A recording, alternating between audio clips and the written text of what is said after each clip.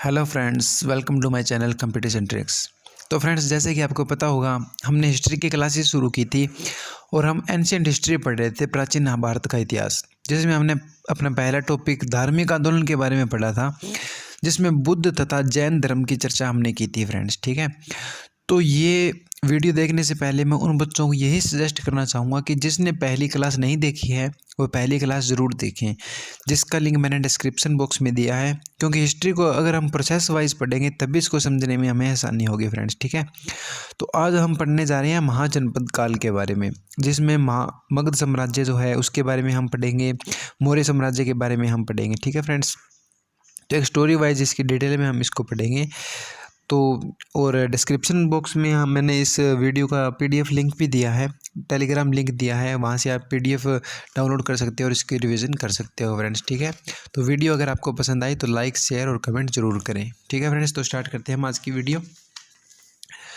तो आज हम पढ़ने जा रहे हैं फ्रेंड्स महाजनपद काल के बारे में, जैसे मैंने इसका टॉपिक लिखा हुआ है। ठीक है फ्रेंड्स, हमने पिछली वीडियो में देखा था कि 6ठी शताब्दी ईसा पूर्व में कुछ धार्मिक आंदोलन, या हम बोल सकते हैं जो धर्म थे अलग अलग, उनका उदय भी हुआ था। जैन धर्म, बौद्ध धर्म के बारे में हमने पढ़ा था। वैसे ही 6ठी शताब्दी ईसा पूर्व में 16 महाजनपदों का उदय भी हुआ था फ्रेंड्स। ठीक है, तो इसके बारे में पढ़ते हैं। बौद्ध ग्रंथ अगुंतर निकाय। अगुंतर निकाय कौन सा ग्रंथ है? बौद्ध ग्रंथ है, जिसमें पहली बार 16 महाजनपदों की चर्चा मिलती है।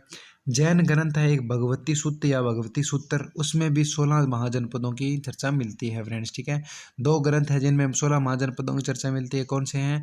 एक तो है बौद्ध ग्रंथ अगुंतर निकाय, एक है जैन ग्रंथ भगवती सूत्र। ठीक है फ्रेंड्स, दोनों में 16 महाजनपदों की चर्चा मिलती है। पहली बार किसमें मिलती है? बौद्ध ग्रंथ अगुंतर निकाय में। ठीक है फ्रेंड्स, अब हमें देखना है 16 महाजनपद जो थे वो कौन कौन से थे। ठीक है फ्रेंड्स, 16 महाजनपद कौन कौन से थे, महाजनपद व उनकी राजधानी। तो फ्रेंड्स देखते हैं, हम पढ़ते हैं इनको। पहला जो महाजनपद था, ये सबसे शक्तिशाली महाजनपद था, मगध महाजनपद।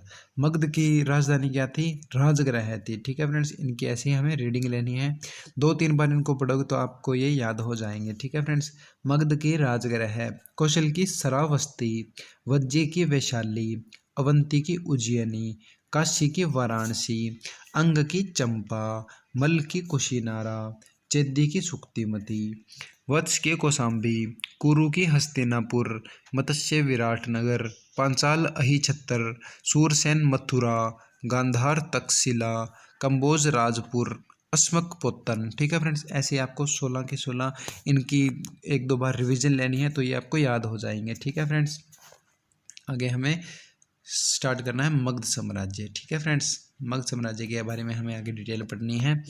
मगध साम्राज्य में सर्वप्रथम हर्यक वंश ने राज किया था फ्रेंड्स। ठीक है, हर्यक वंश की स्थापना किसने की थी? बिंबिसार ने की थी फ्रेंड्स। ठीक है, किसने की थी? बिंबिसार नामक व्यक्ति था जिसने हर्यक वंश की स्थापना की थी। इसने 594 ईसा पूर्व से 549 ईसा पूर्व तक शासन किया था फ्रेंड्स। ठीक है, करीब करीब 45 साल तक। ठीक है, हर्यक वंश की राजधानी क्या थी? जैसे हमने पढ़ा था, राजगृह राजधानी थी।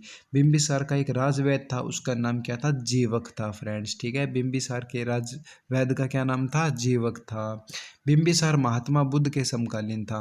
समकालीन, आप इसमें हम बोल सकते हो कि महात्मा बुद्ध का जन्म आपने पढ़ा था किस टाइम हुआ था? 563 ईसा पूर्व में हुआ था। ठीक है फ्रेंड्स, तो वैसे इसको रिलेट करना है कि महात्मा बुद्ध का जो समय था उसमें ही इसने शासन किया था फ्रेंड्स। ठीक है, उस टाइप से ये महात्मा बुद्ध के समकालीन था। जो बिंबिसार है उसके बाद में अजात शत्रु जो शासक बना था फ्रेंड्स। ठीक है, अजात शत्रु का एक मंत्री था। ठीक है फ्रेंड्स, अजात शत्रु का एक मंत्री था, क्या? वस्कार। वस्कार इसका मंत्री, उसने की कूटनीति का जो निर्माण किया था, जो कूटनीति उसने बनाई थी उसका प्रयोग किया था अजात शत्रु ने। ठीक है फ्रेंड्स, और लिच्छवियों के आक्रमण से सुरक्षा हेतु इसने राजगृह में एक सुदृढ़ दुर्ग का निर्माण करवाया था। ठीक है फ्रेंड्स, अजातशत्रु को लिच्छवियों का आक्रमण से डर था। उसने लिच्छवियों के आक्रमण को असफल करने के लिए जो राजगृह उसकी राजधानी थी उसमें एक सुदृढ़ दुर्ग का निर्माण करवाया था फ्रेंड्स। ठीक है, अजातशत्रु ने युद्ध में रथ मुसल और महाशिला कंटक जैसे हथियारों का भी उपयोग किया था। ठीक है फ्रेंड्स, इसको आप पढ़ सकते हो। आगे आता है उदाइन। ठीक है फ्रेंड्स, तो अजातशत्रु के बाद उदाइन शासक बना था। उदाइन जैन धर्म को मानता था। ठीक है फ्रेंड्स, उदयन ने पाटलिपुत्र, जो आज पटना है, बिहार की राजधानी यहाँ पटना, उस टाइम वो पाटलिपुत्र था जिसकी स्थापना किसने की थी? उदयन ने की थी। उदयन ने पाटलिपुत्र की स्थापना कर उसको राजधानी बनाया था। एग्जाम में पूछा जाता है फ्रेंड्स कि पाटलिपुत्र की स्थापना किसने की थी? तो उदयन ने की थी, जो हर्यक वंश का शासक था। ठीक है फ्रेंड्स, अजातशत्रु जो पढ़ा था हमने, उसके समय एक बौद्ध संगीति, पहली बौद्ध संगीति का आयोजन भी किया गया था फ्रेंड्स। ठीक है, हर्यक वंश का जो अंतिम शासक था वो नागदासक था फ्रेंड्स। ठीक है, कौन था? नागदासक। तो नागदासक की हत्या कर शिशुनाग जो था, उसने शिशुनाग वंश की स्थापना की थी 412 ईसा पूर्व में। ठीक है फ्रेंड्स, तो इसने क्या किया था? उदयन ने जो अपनी राजधानी बनाई थी पाटलिपुत्र, उसके अतिरिक्त वैशाली को भी राजधानी बनाया था इसने। तो इसने दो राजधानी अपनी बनाई थी, पाटलिपुत्र और वैशाली। ठीक है फ्रेंड्स, शिशुनाग की दो राजधानी थी। शिशुनाग के बाद कालाशोक उसका उत्तराधिकारी था। कालाशोक के का समय द्वितीय बौद्ध संगीति का आयोजन हुआ था फ्रेंड्स, इसके लिए हमको इसको याद रखना है, शिशुनाग और कालाशोक को। कालाशोक के समय द्वितीय बौद्ध संगीति का आयोजन हुआ था। पहली बौद्ध संगीति का किसके टाइम हुआ था? अजातशत्रु के टाइम हुआ था। ठीक है, और शिशुनाग वंश का अंतिम शासक कौन था? नंदीवर्धन था फ्रेंड्स। ठीक है, कौन था? नंदीवर्धन था। और हर्यक वंश का अंतिम शासक कौन था? नागदासक था। ठीक है फ्रेंड्स, ये हमें याद रखने हैं। तो फ्रेंड्स, इसके बाद आता है नंद वंश। शिशुनाग वंश के बाद कौन आता है? महापद्म नंद ने जो नंद वंश की स्थापना की थी वो नंद वंश आता है फ्रेंड्स। ठीक है, तो नंद वंश का संस्थापक कौन था? महापद्म नंद था। उसने नंदीवर्धन जो अंतिम शासक था शिशुनाग वंश का, उसकी हत्या कर नंद वंश की स्थापना की थी। ठीक है फ्रेंड्स, महापद्म नंद को हम अलग अलग नाम से जानने जाते हैं। महापद्म नंद का नाम क्या है? बौद्ध ग्रंथ है एक। ठीक है फ्रेंड्स, महाबोधि वंश, इसको याद रखना है। महाबोधि वंश कैसा ग्रंथ है? एक बौद्ध ग्रंथ है। उसमें महापद्म नंद को उग्रसेन कहा गया है। ठीक है फ्रेंड्स, क्या कहा गया है? उग्रसेन महापद्म नंद को कहा गया है। आगे आता है पुराणों में। महापद्म नंद को पुराणों में क्या कहा गया है? सर्वश्रांतक तथा एकराट कहा गया है। ठीक है फ्रेंड्स, पुराणों में महापद्म नंद को सर्वश्रांतक या एकराट कहा गया है। पुराणों में खारवेल के हाथी गुम्फा अभिलेख में उसके कलिंग विजय का वर्णन भी मिलता है फ्रेंड्स। ठीक है, महापद्म नंद ने कलिंग विजय प्राप्त की थी, उसकी चर्चा हमें पुराणों में खारवेल के हाथी गुम्फा अभिलेख में मिलती है। ठीक है फ्रेंड्स, आगे नंद वंश का जो अंतिम शासक था उसके बारे में चर्चा करते हैं। नंद वंश का अंतिम शासक था धनानंद। ठीक है फ्रेंड्स, नंद वंश का अंतिम शासक धनानंद था। धनानंद के शासन के दौरान जनता के असंतोष का लाभ उठाकर चंद्रगुप्त मौर्य ने चाणक्य की सहायता से मगध पर कब्जा किया था फ्रेंड्स। ठीक है, धनानंद के बारे में हमें ये पढ़ना है। तो फ्रेंड्स, धनानंद जनता में लोकप्रिय नहीं था बिल्कुल भी। ठीक है फ्रेंड्स, और चंद्रगुप्त मौर्य ने क्या किया था? चाणक्य की सहायता से मगध पर कब्जा किया था फ्रेंड्स। ठीक है, ये धनानंद के बारे में हम बाद में पढ़ेंगे फ्रेंड्स। ठीक है, पहले हम भारत में जो विदेशी आक्रमण हुआ था धनानंद के समय में, जो यूनान का शासक था, मकदूनिया का शासक था सिकंदर, उसका आक्रमण हुआ था भारत पर, उसके बारे में हम पहले पढ़ते हैं फ्रेंड्स। ठीक है, भारत पर विदेशी आक्रमण। भारत पर विदेशी आक्रमण वैसे तो हम पढ़े तो ईरान के हकमनी वंश के शासक थे जो दारा प्रथम थे, उन्होंने किया था फ्रेंड्स। ठीक है, भारत पर प्रथम विदेशी आक्रमण किसने किया था? ईरान का जो हकमनी वंश का शासक था डेरियस प्रथम या दारा प्रथम, उसने किया था। ठीक है फ्रेंड्स, सिकंदर का आक्रमण आगे आता है सिकंदर के बारे में। ठीक है फ्रेंड्स, सिकंदर का आक्रमण आता है 326 ईसा पूर्व में। सिकंदर ने भारत पर आक्रमण किया था। वह यूनान के मकदूनिया का शासक था, जैसे मैंने आपको बताया था। 326 ईसा पूर्व में बलख बैक्टीरिया को जीतने के बाद काबुल होते हुए हिंदकुश पर्वत को उसने पार किया। ठीक है फ्रेंड्स, और भारत में एंट्री की थी। सिकंदर का एक लक्ष्य था फ्रेंड्स कि संपूर्ण जो पृथ्वी है उसको उसका जीतना का लक्ष्य था। तो इसलिए वो बलख बैक्टीरिया से होते हुए काबुल जो अफगानिस्तान की राजधानी है वहाँ से होते हुए फ्रेंड्स भारत में एंट्री उसने की थी। ठीक है फ्रेंड्स, सिकंदर अरस्तु का शिष्य था। ठीक है फ्रेंड, सिकंदर किसका शिष्य था? अरस्तु का शिष्य था सिकंदर। सिकंदर के समय पश्चिमोत्तर भारत में छोटे छोटे राजतंत्र थे। ठीक है फ्रेंड्स, क्या थे? पश्चिमोत्तर भारत में छोटे छोटे राजतंत्र विद्यमान थे। उनमें से पौरव सबसे शक्तिशाली था। ठीक है फ्रेंड्स, जो छोटे छोटे राजतंत्र थे उन्होंने अपने हथियार डाल दिए थे सिकंदर के आगे बिना लड़े ही। ठीक है फ्रेंड्स, तो वहाँ पर सिकंदर का राज हो गया था। लेकिन पोरस एक ऐसा शासक था जो अम्भी तक्षशिला का शासक था, पंजाब का शासक था। उसने हथियार नहीं डाले और उसने सिकंदर के साथ युद्ध लड़ने का फैसला किया था फ्रेंड्स, ठीक है। तो युद्ध लड़ने का फैसला किया तो पंजाब के शासक पोरस के साथ सिकंदर ने हाइडेस्पिस से झेलम का युद्ध लड़ा था, ठीक है फ्रेंड्स। पोरस को पता था कि वो हार जाएगा, लेकिन उसने हार नहीं मानी और वह अपनी बहादुरी दिखाते हुए उसने सिकंदर के साथ लड़ने का फैसला किया और उसने झेलम का युद्ध लड़ा था सिकंदर के साथ, जिसमें घायल होने के बाद पोरस को बंदी बना लिया गया था और सिकंदर का उसके राज्य पर अधिकार हो गया था फ्रेंड्स, ठीक है। तो युद्ध किसने जीता था? सिकंदर ने जीता था। झेलम का युद्ध किसके बीच लड़ा गया था? पंजाब के शासक पोरस और सिकंदर के बीच लड़ा गया था। या एग्जाम में यूं पूछ सकते हैं, झेलम जो पंजाब का शासक पोरस है और सिकंदर के बीच कौन सा युद्ध लड़ा गया था? किसका? हाइडेस्पिस या झेलम का युद्ध लड़ा गया था। ये मोस्ट इंपॉर्टेंट क्वेश्चन है फ्रेंड्स, ठीक है। आगे आता है 326 ईसा पूर्व में व्यास नदी तक पहुंचकर सिकंदर के सैनिकों ने आगे बढ़ने से मना कर दिया, क्योंकि सैनिक उसके थक गए थे। उसके सैनिकों ने बोल दिया कि हम अब आगे नहीं जा सकते, ठीक है फ्रेंड्स। तो सिकंदर ने भी उनकी बात मान ली और वो व्यास नदी तक पहुंचकर वहाँ से यूनान की तरफ वापस मुड़ गए, ठीक है फ्रेंड्स। और 323 ईसा पूर्व में यूनान जाते समय बेबीलोन के जंगलों में सिकंदर की मृत्यु हो गई फ्रेंड्स, ठीक है। ये हमें याद रखना है कि सिकंदर की मृत्यु कब हुई थी? 323 ईसा पूर्व में। कहाँ पे हुई थी? बेबीलोन के जंगलों में हुई थी, ठीक है फ्रेंड्स। और सिकंदर जब वापस जा रहा था, उसने पोरस की बहादुरी को देखते हुए उसको इनाम के रूप में जो जीते हुए उसके भारत में राज्य थे वो सारे उसने पोरस को इनाम में दे दिए थे, ठीक है फ्रेंड्स। अब आगे हम धनानंद के बारे में दोबारा जिक्र करते हैं। धनानंद मगध पर शासन करा था, आपको पता है। जनता में लोकप्रिय नहीं था, जनता में असंतोष था, ठीक है फ्रेंड्स।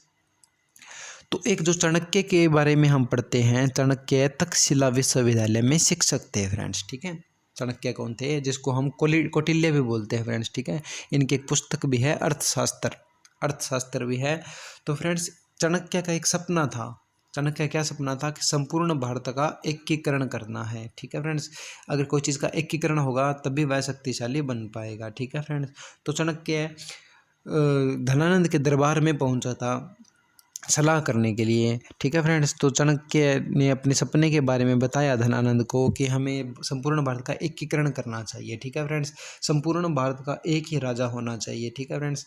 तो जो धनानंद था वह अलग किस्म का एक जो पर्सन था, ठीक है फ्रेंड्स। तो वो चाणक्य को बोलता है कि वो कौन होता है उसको सलाह देने वाला, ठीक है फ्रेंड्स। और चाणक्य का वह बहुत अपमान करता है। और चंद्रगुप्त मौर्य ने चाणक्य की सहायता से नंद वंश के अंतिम शासक धनानंद को हराकर मगध में मौर्य साम्राज्य की नींव रखी थी। ये क्यों हुआ था? क्योंकि चाणक्य का जो धनानंद है उसने अपमान किया था, ठीक है फ्रेंड्स।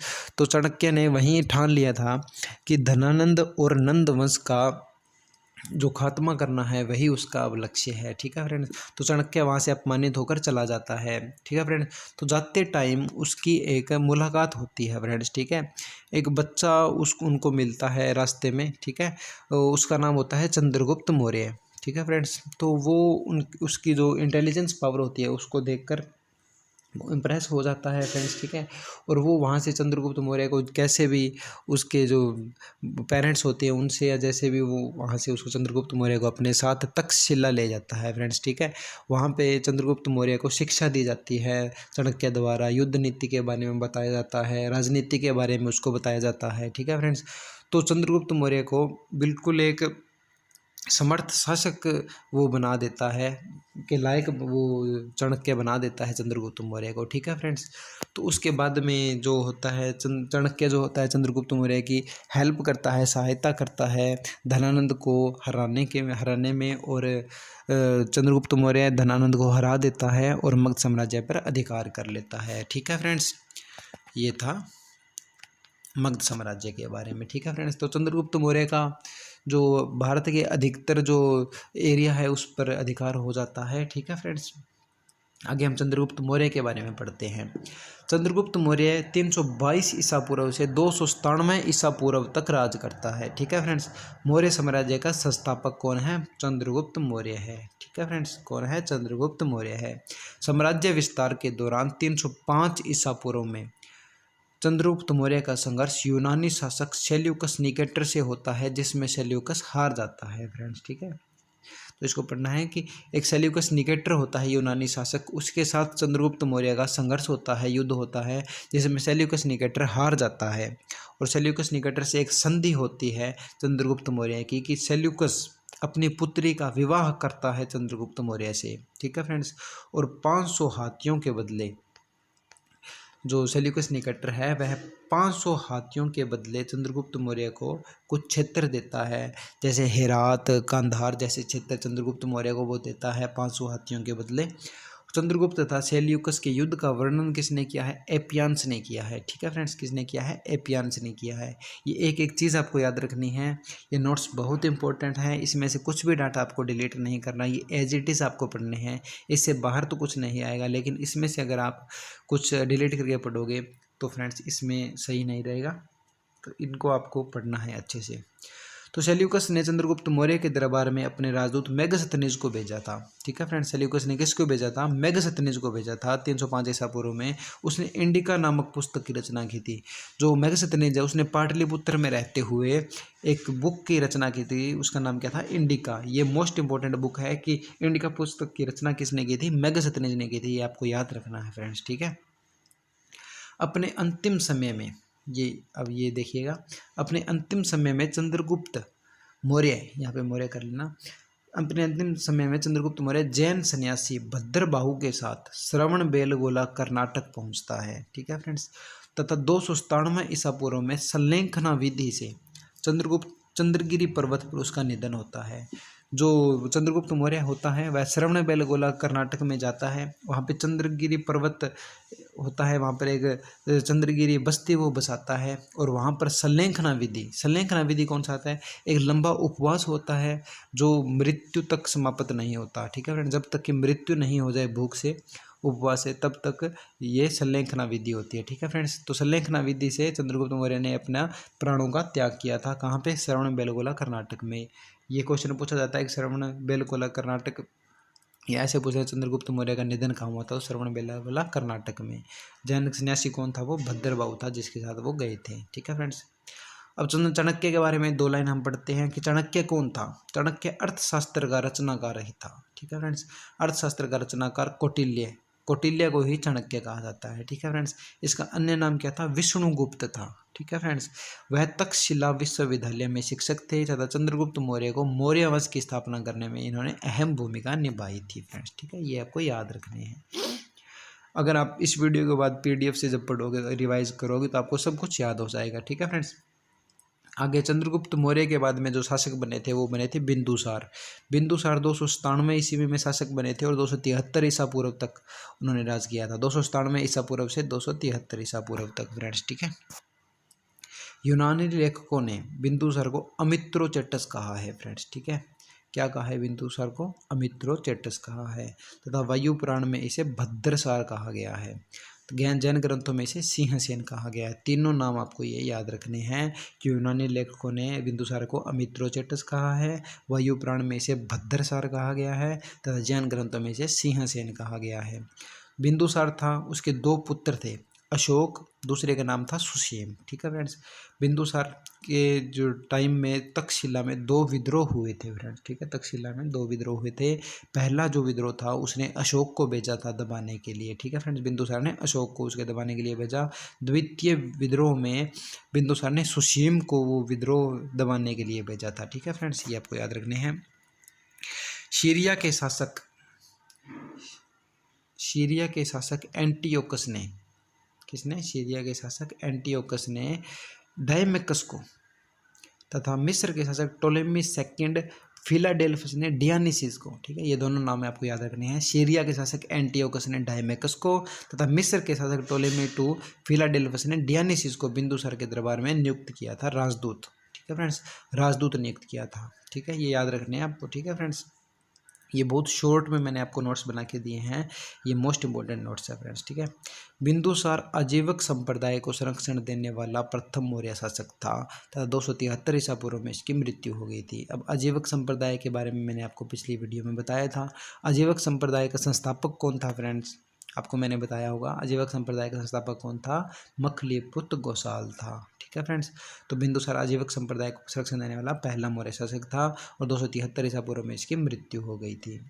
तो बिंदुसार के बाद में जब मैंने आपको बताया था कि द्वितीय विद्रोह को किसने दबाया था? सुसीम ने दबाया था। तो सुसीम गया था विद्रोह को दबाने, पीछे से बिंदुसार की मृत्यु हो जाती है और अशोक जो है वो सिंहासन पर बैठ जाता है फ्रेंड्स। ठीक है, तो सुसीम जब आता है तो उन अशोक और सुसीम के बीच में ग्रह युद्ध भी छिड़ता है, उसकी जिक्र हम करते हैं फ्रेंड्स। ठीक है, अशोक जो है वो 273 ईसा पूर्व में सिंहासन पर बैठता है, लेकिन शासक नहीं बनता या राज्याभिषेक उसका भी नहीं हुआ था, तो सिर्फ सिंहासन पर बैठा था 273 ईसा पूर्व में अशोक। ठीक है फ्रेंड्स, परंतु ग्रह युद्ध के कारण, ग्रह युद्ध किसके साथ हुआ था? जैसे सुसीम के साथ उसका युद्ध हुआ था, उसके कारण 269 ईसा पूर्व में अशोक का राज्याभिषेक हुआ था। 4 साल बाद उसका राज्याभिषेक हुआ था 269 ईसा पूर्व में।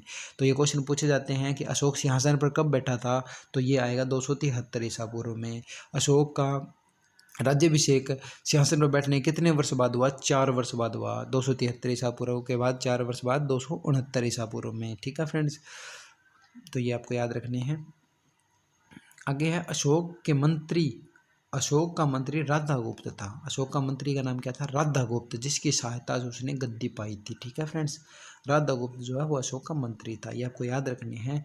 अशोक की माता का नाम सुभद्रांगी था, जो चंपा अंग की राजकुमारी थे। अंग जो मैंने आपको बताया था कि ये एक महाजनपद था, अंग महाजनपद ये राजधानी थी चंपा, उसकी राजधानी उसकी राजकुमारी थी सुभद्रांगी, जो अशोक की माता थी। ठीक है फ्रेंड्स, आगे अशोक ने श्रीनगर की स्थापना की थी। ठीक है फ्रेंड्स, अशोक ने श्रीनगर की स्थापना की थी। राज्याभिषेक के 9वें वर्ष अर्थात 261 ईसा पूर्व में, राज्याभिषेक उसका कब हुआ था? 269 ईसा पूर्व में। और राज्याभिषेक के 9वें वर्ष अर्थात 261 ईसा पूर्व में अशोक ने कलिंग पर आक्रमण किया था। ठीक है फ्रेंड्स, ये मोस्ट इम्पोर्टेंट है। अशोक ने कलिंग पर आक्रमण कब किया था? राज्याभिषेक के 9वें वर्ष अर्थात 261 ईसा पूर्व में। कलिंग युद्ध में व्यापक हिंसा हुई थी, बहुत हिंसा हुई थी, वहाँ पर बहुत खून खराबा हुआ था। वहाँ नंदराज नाम का शासक कोई राज कर रहा था। ठीक है फ्रेंड्स, तो कलिंग युद्ध में जो व्यापक हिंसा होती है, उस हिंसा को देखने के बाद और उपगुप्त नामक वहाँ पर एक बौद्ध भिक्षु भी आता है, जो अशोक को बौद्ध दीक्षा देता है, शिक्षा देता है अशोक को इस खून खराबे के बारे में, जो व्यापक हिंसा होती है उसके बारे में। ठीक है फ्रेंड्स, तो वहाँ पे व्यापक हिंसा उसको देखकर अशोक का मन बदल जाता है और वह युद्ध विजय की जगह धम्म विजय को अपना लेता है उसी जगह पर। तो ठीक है फ्रेंड्स, उसका मन बदल जाता है और युद्ध विजय की जगह धम्म विजय को वो अपना लेता है, बौद्ध धर्म को वह अपना लेता है और बौद्ध धर्म का प्रसार वो करता है। इसके बाद तो बौद्ध धर्म का प्रसार वो करने लग गया। उसके बाद उसने अपने पुत्र महेंद्र तथा पुत्री संघमित्रा को बौद्ध धर्म के प्रचार के लिए श्रीलंका भेज देता है। ठीक है फ्रेंड्स, जो अशोक है वो क्या करता है? अपने पुत्र महेंद्र तथा पुत्री संघमित्रा को बौद्ध धर्म के प्रचार के लिए श्रीलंका भेज देता है। आगे आता है अशोक ने शासन के 10वें वर्ष में बोध गया। बोध गया कौन सी जगह थी फ्रेंड्स? बोध गया थी जहाँ पर महात्मा बुद्ध को ज्ञान प्राप्ति हुई थी, तथा लुम्बिनी, लुम्बिनी नेपाल में है, वो कौन सा स्थान है जहाँ पर महात्मा बुद्ध का जन्म हुआ था। ठीक है फ्रेंड्स, तो शासन के 10वें वर्ष में बोध गया तथा 20वें वर्ष में लुम्बिनी नेपाल की यात्रा करता है। सिंहासन पर बैठने के 4 वर्ष बाद उसका राज्याभिषेक होता है 269 ईसा पूर्व में। राज्याभिषेक के 9वें वर्ष उसका कलिंग युद्ध होता है। ठीक है फ्रेंड्स, जहाँ पर अशोक का हृदय परिवर्तन होता है और शासन के 10वें वर्ष में बोध गया की यात्रा करता है, 20वें वर्ष में लुम्बिनी की यात्रा करता है। ये एज इट इज ऐसे ही पूछे जाते हैं एग्जाम में। अशोक ने बौद्ध धर्म तथा धम्म के प्रचार के लिए शिलालेखों को उत्कीर्ण करवाया। शिलालेख कौन से होते हैं? शिला क्या होती है? शिला होती है पत्थर। ठीक है फ्रेंड्स, तो शिला के ऊपर जो लेख लिखे जाते हैं, ठीक है फ्रेंड्स, उनको बोला जाता है शिलालेख। अशोक ने जो बौद्ध धर्म है या धम्म है उनका प्रचार करने के लिए शिलालेख को उत्कीर्ण कराया था। इसकी उसको प्रेरणा कहाँ से मिली थी? जो ईरानी शासक था डेरियस प्रथम या दारा प्रथम, जिसने भारत पर प्रथम विदेशी आक्रमण किया था, उससे वो शिलालेखों की जो रचना है वो किया करता था, तो उससे प्रेरणा मिली थी अशोक को शिलालेखों की रचना करने की। ठीक है फ्रेंड्स, अशोक के जो शिलालेख हैं वो ब्राह्मी, ग्रीक, अरमाइक तथा खरोष्टी लिपि में हैं, जबकि जो स्तंभ लेख हैं वो किस में है? प्राकृत भाषा में है। ये आपको याद रखने हैं कि अशोक के शिलालेख हैं जो ब्राह्मी, ग्रीक, अरमाइक तथा खरोष्टी लिपि में है, जबकि स्तंभ लेख प्राकृत भाषा में है। ठीक है फ्रेंड्स, आगे कुछ शिलालेख हैं जिनके बारे में हमें पढ़ना है कि कौन सी लिपि है, कौन सी भाषा है। ठीक है फ्रेंड्स, तो जो शाहबाजगढ़ी तथा मानसेहरा शिलालेख जो है, दो शिलालेख हैं ये, शाहबाजगढ़ी तथा मानसेहरा शिलालेख, वो उनकी लिपि कौन सी है? खरोष्ठी लिपि है उनकी। ठीक है फ्रेंड्स। तक्षशिला तथा लगमान जो अभिलेख है उनकी अरमाइक लिपि है। शेर ए कुना जो अभिलेख है उनकी द्रविड़ लिपिक है। ये शान शेर और कुना जो अभिलेख है अशोक का, ये दो लिपियों में इसकी रचना की गई है, द्रविड़ लिपिक है। वो कौन सी है दो लिपियाँ? अरमाइक तथा ग्रीक। ये तीनों मोस्ट इंपॉर्टेंट है। ठीक है फ्रेंड्स, आपको याद ये तो करने ही पड़ेंगे। ठीक है फ्रेंड्स। तो सर्वप्रथम 1750 में टील पैंथर ने अशोक की लिपि का पता लगाया था। टील पैंथर एक नामक एक व्यक्ति था जिसने 1750 में अशोक की लिपि का सिर्फ पता लगाया था। उसने पढ़ा नहीं था, सिर्फ पता लगाया था लिपि के बारे में। वहीं 1837 ईस्वी में जेम्स प्रिसप नाम का एक व्यक्ति आया था जिसने अशोक के शिलालेखों को पढ़ने में सफलता प्राप्त कर ली थी। ठीक है फ्रेंड्स। तो दोनों अलग अलग क्वेश्चन हैं, आते भी हैं कि 1750 में टील पैंथर ने अशोक की लिपि का पता लगाया था। 1837 में जेम्स प्रिसप ने अशोक की शिलालेखों को पढ़ने में सफलता प्राप्त की थी। ठीक है फ्रेंड्स। आगे हम बात करते हैं, आगे है सांची तथा सारनाथ अभिलेख। सांची तथा सारनाथ जो अभिलेख है वो सबसे बड़ा अभिलेख है अशोक के। सांची तथा सारनाथ जो एमपी में है। ठीक है फ्रेंड्स। सांची तथा सारनाथ के अभिलेखों में एक साथ 4 सिंह की आकृति मंडित की गई है। मध्य प्रदेश में जो है 4 सिंह की आकृति मंडित की गई है सांची तथा सारनाथ के अभिलेखों में। अशोक ने बराबर की पहाड़ियों में आजीवक सन्यासियों के लिए सुदामा, कर्ण चोपड़ व विश्व झोंपड़ी का निर्माण करवाया था। क्योंकि फ्रेंड्स जो सन्यासी होते हैं उनको तपस्या के लिए या जो भी है उनको करना होता है, उसके लिए अशोक ने है बराबर की जो पहाड़ियाँ हैं वहाँ पर आजीवक जो सन्यासी होते हैं उनके लिए सुदामा, कर्ण चोपड़ व विश्व झोंपड़ी का निर्माण करवाया था। अशोक ने लगभग 84,000 स्तूपों का भी निर्माण करवाया था। ठीक है फ्रेंड्स। आगे आता है अशोक के बाद शासक कौन कौन हुए थे। अशोक के बाद कुणाल, दशरथ, संप्रति, शालीशुक, देववर्मा तथा वृहद्रथ नामक शासक हुए थे।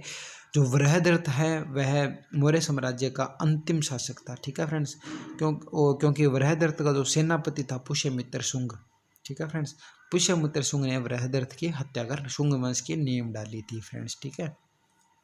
तो अंतिम मौर्य शासक वृहद्रथ की हत्या किसने की थी? पुष्यमित्र शुंग ने, जिसने उसकी हत्या कर शुंग वंश की नींव डाली थी। ठीक है फ्रेंड्स। आगे हमें पढ़ने हैं अशोक के जो 14 शिलालेख हैं उनके बारे में। ठीक है फ्रेंड्स। अशोक के 14 शिलालेख इस टाइप से हमें पढ़ने हैं कि हमें यह याद भी हो जाए और हमें याद करने में ज़्यादा दिक्कत भी ना हो। जो प्रथम जो शिलालेख है अशोक का, उसमें क्या किया गया है? पशु बलि की निंदा की गई है। ठीक है फ्रेंड्स।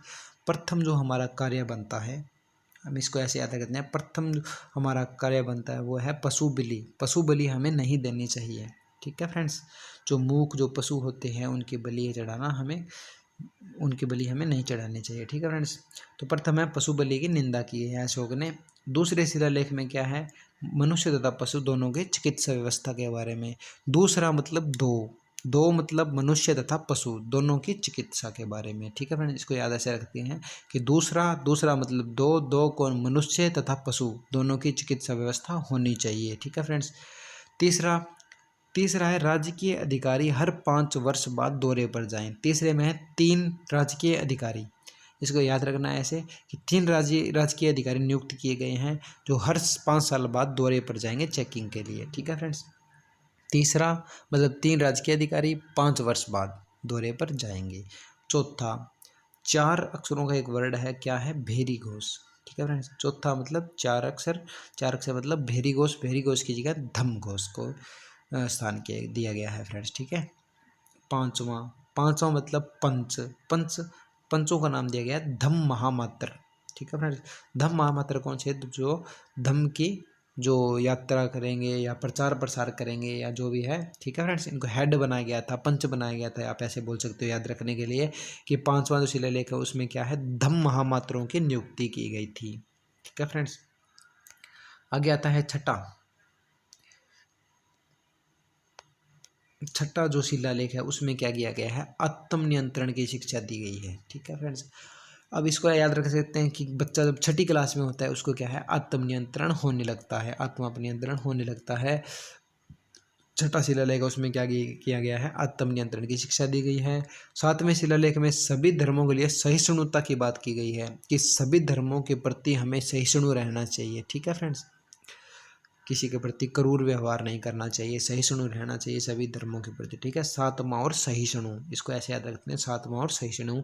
आठवां है धम्म यात्राओं का उल्लेख किया गया है। आठवें शिलालेख में अशोक ने अपनी जो धम्म यात्रा जो उसने की थी उसके बारे में उसने चर्चा की है, उनका उल्लेख उसने किया है। और आठवां जो शिलालेख है वो सबसे लंबा शिलालेख है, ठीक है फ्रेंड्स। अब नौवां शिलालेख देखिए, समारोह जो पार्टी जो होती हैं, आज के टाइम में हम पार्टी बोलते हैं, समारोह की निंदा की गई है, अशोक ने समारोह की निंदा की है। तो इसको हम याद कैसे रखेंगे, जैसे 9th क्लास में कोई बच्चे होते हैं, 10th क्लास में बच्चे होते हैं, तो 9th क्लास के बच्चे 10th क्लास के बच्चों को एक फेयरवेल पार्टी देते हैं, समारोह होता है, उसके लिए उनको पैसे की ज़रूरत पड़ती है, पैसे वो कलेक्ट करते हैं। तो 9वीं क्लास वाले जो 9th क्लास के बच्चे होते हैं वो समारोह की क्या निंदा करते हैं फ्रेंड्स, ठीक है। इनको याद रखने हैं, हम कैसे भी याद रख सकते हैं इनको, वो आपकी मर्जी है, मैं आपको एक बस आइडिया दे रहा हूँ कि आप इनको कैसे याद रख सकते हैं, ठीक है फ्रेंड्स। तो 9th क्लास के बच्चे क्या करते हैं, समारोह की निंदा करते हैं। 10वीं में जो बच्चे होते हैं उनकी अच्छी गुडविल होती है, ख्याति मतलब उनकी एक इज्जत होती है, उनकी एक अच्छी इमेज होती है, गौरव की निंदा, ठीक है फ्रेंड्स।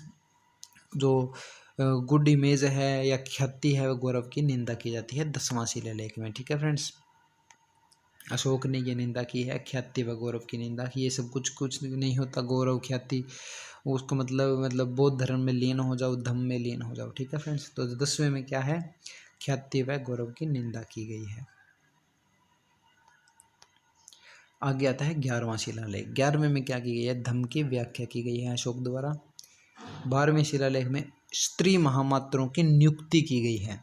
अब इसको समझिए, जो +1 के कैंडिडेट होते हैं वो भी 12th को जो होते हैं फेयरवेल पार्टी देते हैं, तो उस पार्टी में स्त्री महामात्रों की नियुक्ति की जाती है, ठीक है फ्रेंड्स।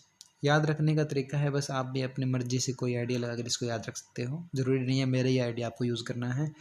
13वां शिलालेख, 13वां शिलालेख है वो है कलिंग युद्ध के बारे में, अशोक के हृदय परिवर्तन के बारे में। हमने पहले भी इसका जिक्र किया था, जो 13वां हमने पीछे भी कलिंग युद्ध के बारे में जब जिक्र किया था। 13वां शिलालेख है कलिंग युद्ध के बारे में, जो अशोक के राज्याभिषेक के 9वें वर्ष में जो हुआ था युद्ध, कलिंग युद्ध। उस टाइम उपगुप्त नामक बौद्ध भिक्षु से जब अशोक ने दीक्षा ली थी और उसका हृदय परिवर्तन हुआ था फ्रेंड्स, ठीक है। तो उसकी जानकारी हमें किस में मिलती है, 13वें शिलालेख में मिलती है अशोक के।